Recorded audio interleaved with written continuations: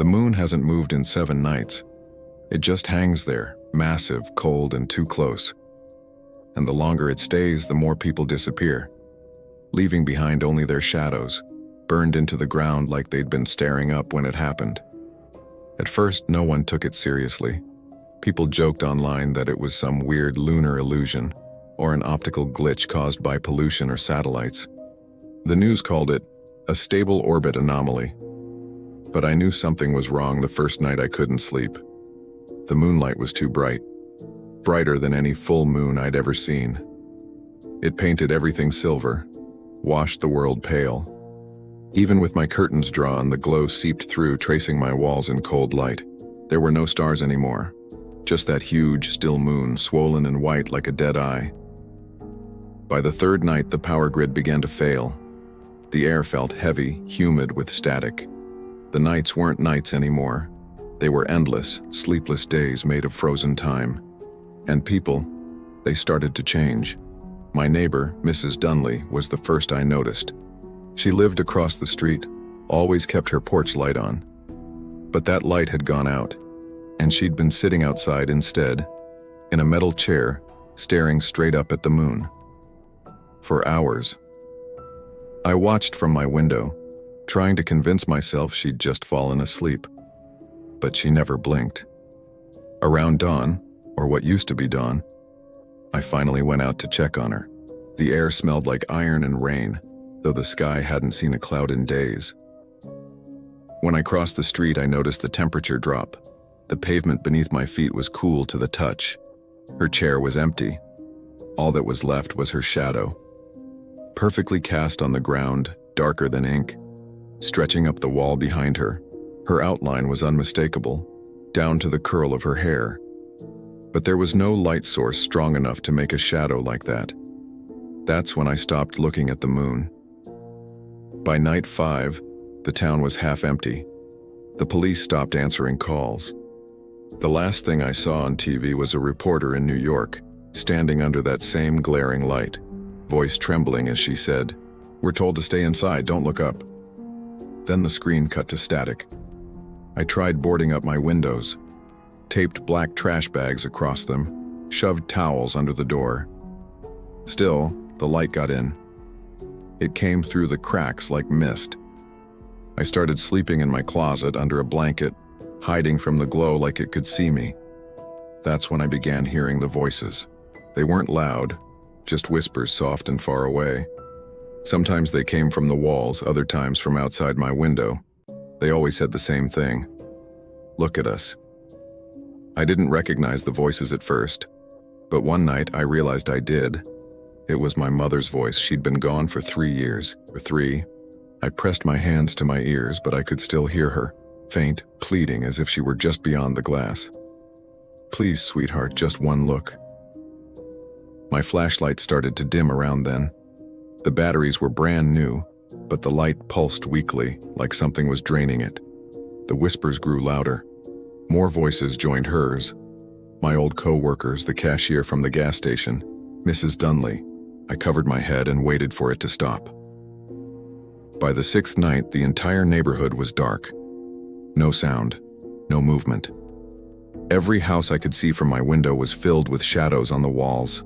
Dozens of them, frozen in place, their heads tilted upward as if in worship. I tried calling for help again, nothing but static. Then, last night, I made a mistake. I looked outside, just a quick glance, just to see if there was anyone else left. But the moon, it wasn't still anymore. It was closer, trembling. I could see its surface in terrifying detail. Cracks, craters, something moving underneath, like veins pulsing beneath skin. And I realized it wasn't reflecting sunlight anymore. It was glowing from within. As I stared, something shifted in the light. A shape, impossibly large, casting shadows across the surface like a hand pressing from behind. The whispering stopped. Everything went silent. And then, I saw the shadows on my street start to move. Slowly, like oil sliding across concrete. They twisted, stretched, reaching toward my house. I backed away, shut my eyes, and pulled the blanket over my head. Now it's the 7th night. The light's getting brighter. I can feel it seeping through my skin, warming me from the inside out. I can't tell if it's real or if I'm dreaming, but I swear I can feel something watching me, waiting. I don't know if anyone will ever hear this recording, but if you do, please, don't look at the moon, because it's not the sky that forgot to move, it's us. I was the only voice left on the airwaves. For weeks I'd been transmitting the same emergency message into dead static, until one night someone replied using my own voice, reading words I hadn't spoken yet. The world had ended quietly. No explosions, no grand announcement, just the slow death of communication. Power grids failed, cities went dark, and then came the silence. Somewhere in that collapse I stayed behind, the last operator at Station E7, a concrete bunker carved into the side of a forgotten mountain. My job was simple: keep the transmitter running, log all incoming signals, and repeat the global distress call on every frequency. Most of the time, all I heard was static, thick rolling waves of white noise that filled the room like fog. Sometimes I'd catch faint distortions in it, what sounded like voices crying out, though I knew it was just interference. The last confirmed transmission had come 19 days ago, a broken SOS from a station in Nevada. Since then, nothing but the hum of the generator and my own breathing.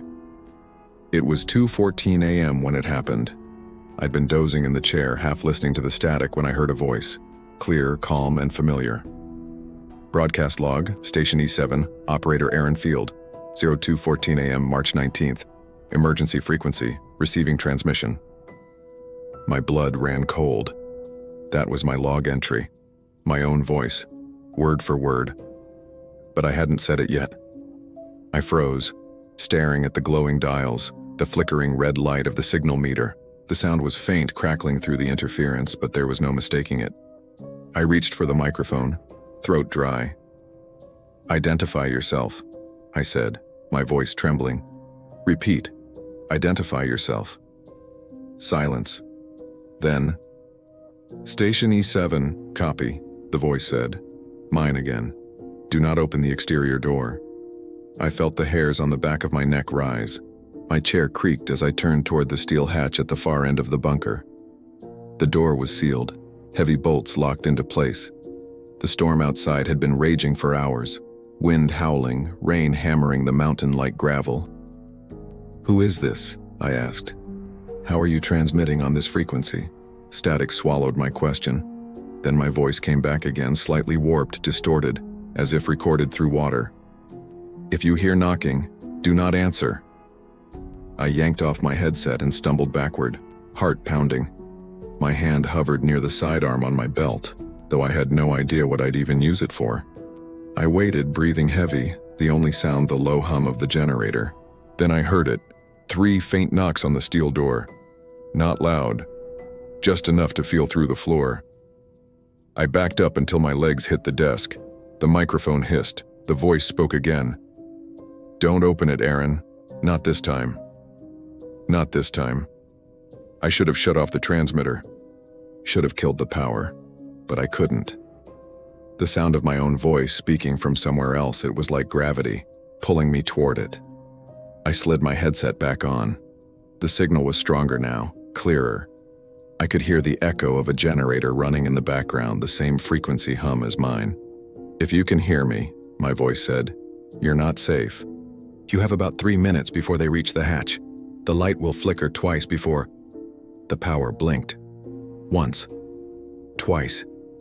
Every light in the room dimmed, then flared back to life. I stood frozen, staring at the door. The knocking started again, louder this time. Metal groaning under pressure. I grabbed the flashlight, aimed it toward the hatch. Dust fell from the bolts. Someone was pressing against it from the outside. The voice crackled through the static again. "Do not open it. It's not them anymore." The words sank into me like ice. Not them anymore. Then another sound broke through the signal. A second voice overlapping mine. Weaker, human, desperate. "Aaron, please open up, it's Claire." My wife's voice. But she'd died 6 months ago. The air inside the bunker grew heavy, thick with humidity and ozone. My ears popped. The signal light on the console turned from red to white. something I'd never seen before. "They'll use her voice," my other self said. "Whatever you do, don't listen." The banging grew violent. The bolts on the hatch rattled like teeth. I backed away, the flashlight shaking in my hand. My radio console started spitting out fragments, half words, sobs, gasps, all layered over one another. Then silence. And in that silence, I heard her again. "Please, Aaron, you said you'd never leave me." The lights flickered once more.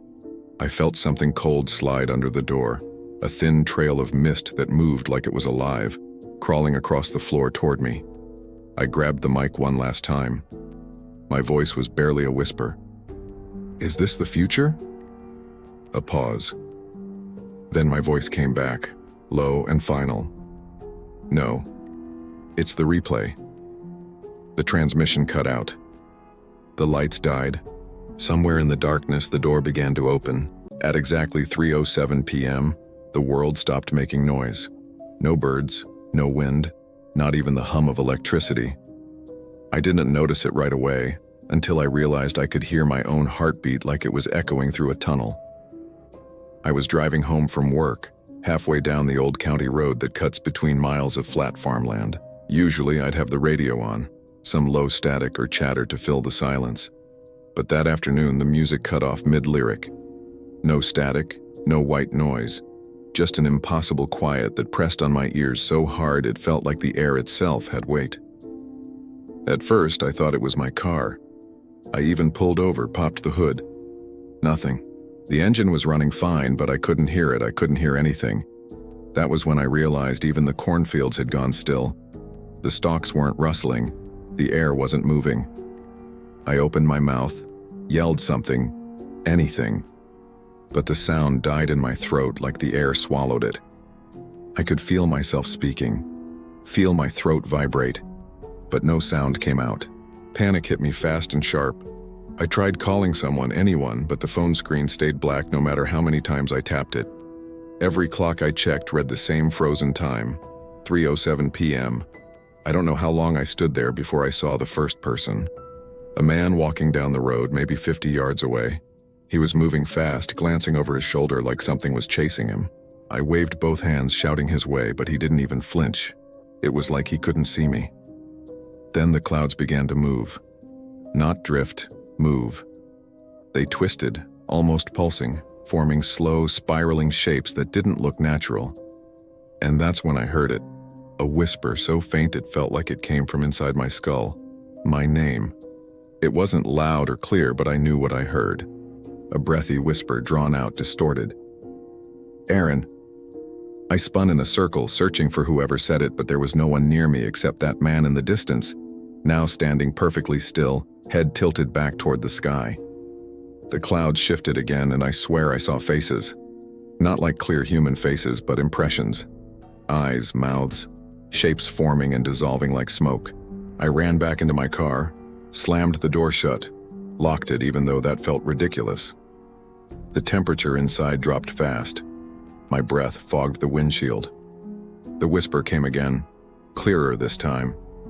My name, then my mother's, then a dozen others I knew. My co-workers, my neighbors. Some sounded like they were right next to me. I remember gripping the steering wheel so hard my knuckles turned white. The air inside the car felt heavy, pressing against my chest like it was trying to keep me from breathing. And then, for just a moment, I saw movement in the rearview mirror.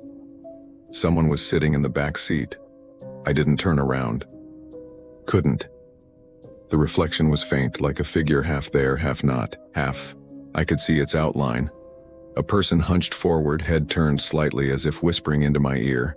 My name again, drawn out, almost curious. I slammed the gas pedal down, tearing out of there. The tires screeched, but even that made no sound. The road blurred past, the world stuck in that suffocating silence. When I reached the outskirts of town, I saw people standing in the streets staring straight up at the sky. Dozens of them, motionless, like they were waiting for something. I honked my horn. Nothing. I screamed. Nothing. Then, just as suddenly as it began, the world snapped back to life. The noise came flooding in at once. Cars, birds, the wind, my own ragged breathing. The clock on my dashboard ticked to 3:08 p.m. My phone lit up again, notifications buzzing so fast it made my hands shake. People online were losing their minds. Posts, videos, panicked threads. Everyone describing the same thing. 1 minute of total silence at exactly 3:07 p.m. The same static void, the same whispers. But there was something different about my car. When I looked at the fogged-up rear window, I saw a handprint. Not mine. Too long, too thin. And the condensation around it was on the outside, even though all the windows were closed. That night I couldn't sleep. Every sound felt wrong. Too sharp, too close. At 3:07 a.m., I woke up to silence again.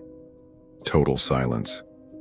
I turned toward the window, and through the reflection of the glass, I saw the clouds twisting, just like before. Only this time, I didn't hear my name. I heard myself whispering back,